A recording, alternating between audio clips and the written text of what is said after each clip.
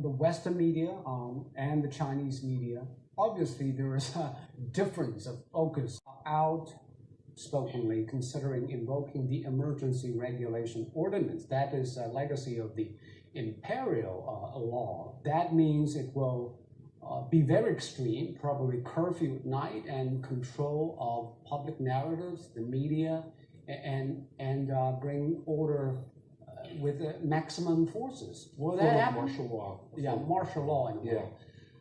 Who knows? I hope not. But I'd like to go back just briefly to this question about why is the Western media reporting this in such a negative way, and I think holding China to another standard. I think we need to look back at history. So look at Woodrow Wilson. So when he was president, he created a form of diplomacy called moral diplomacy, meaning that the U.S. had a mission, a God-given mission, to evangelize democracy and to undermine countries that are not democratic. And I think this way of thinking is very, very deeply rooted, even in members of the Western media that are Asian by ancestry, that are in a sense, I think, have this unconscious implicit bias that just because China is communist, it's bad. Non-Western system. Well, not democratic, right, in the Western way of conception. And also that there is this looking at it from a place of moral superiority.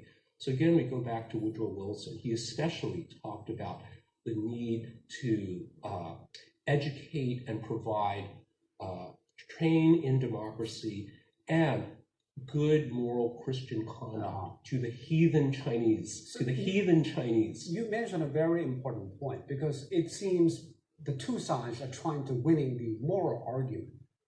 The opposition side saying they are trying to move a cause of freedom and human rights, and the central authority and the Hong Kong government say this is about unity of the national government, the patriotism side of the Chinese populace. How do you think the argument will go? I think from a very rational perspective, the facts are fairly clear. Hong Kong is a part of China. This is a domestic disturbance that is riots, terrorist acts, isolated, I would say, terrorist acts at this point that need to be brought under control. Now, the Western narrative is these are heroic fighters for freedom and democracy. And of course, these things cannot be questioned.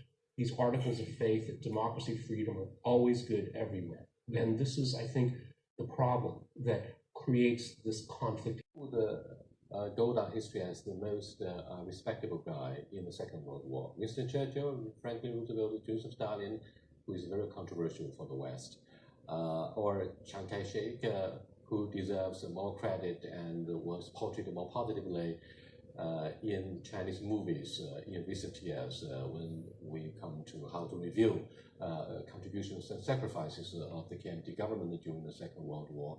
Now, Zhao, first of all, who do you think would go down history as the most important, the most influential guy throughout the whole history of the Second World War?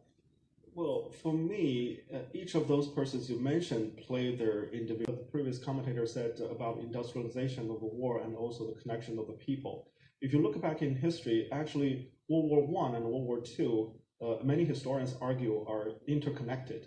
And it's over. You can see that as a prolonged Great War. Because of the settlement of World War II was very deeply problematic. That actually settlement of World War II, of World War I, yes, caused World War II. So Germans were humiliated. Exactly. So MacArthur's main goal was to roll through China and into Russia. He saw Russia as the #1 threat, and he did not want to have a garrison manning basically Japan. So it was actually easier for him to use the existing apparatus there. This is something that I wish others would have learned in more modern period, rather than trying to destroy everything. If you want to create change it at the top and keep the apparatus there. And so I don't see this as it was really about expediency in his part. He was arguing for battlefield command of nukes, despite being close to the devastation that was there. He said if you give him 5, 6 nukes, he could roll all the way to Moscow. So, it was accident things. In terms of heroes, I think really it was the people. Talk about those people.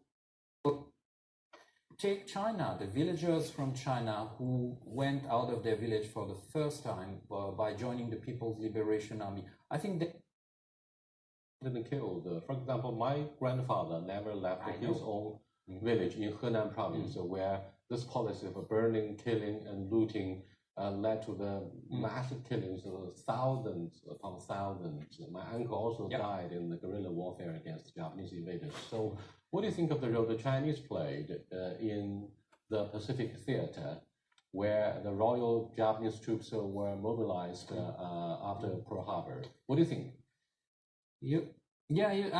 This got more magnified at that time. We lost 20 million people in the Second World War. I know. What do you think of the starting point of the Second World War? Some would argue, for example, Professor Rana Mitter from Oxford University argued in his book, China, Forgotten Ally in the Second World War, that the starting point of the Second World War should be 2 years earlier, like in Marco Polo Bridge, where the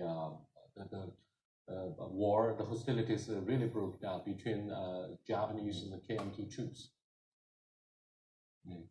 Yeah, I'm no historian, but my reading of social sciences makes me think that historical so-called facts have to be revised constantly. And definitely there is some ground for considering that the Manchuria events, for instance, are seriously part of the Second World War. Yes, Manchuria was invaded back in 1931 by the Japanese. And many Chinese historians argue that the 1931 should be the watershed for the World War II. At least a watershed, yes. I would tend to think so. And I think that history has to be re-looked at from the perspective where we stand now as a globalized humanity, and no longer having history in silos,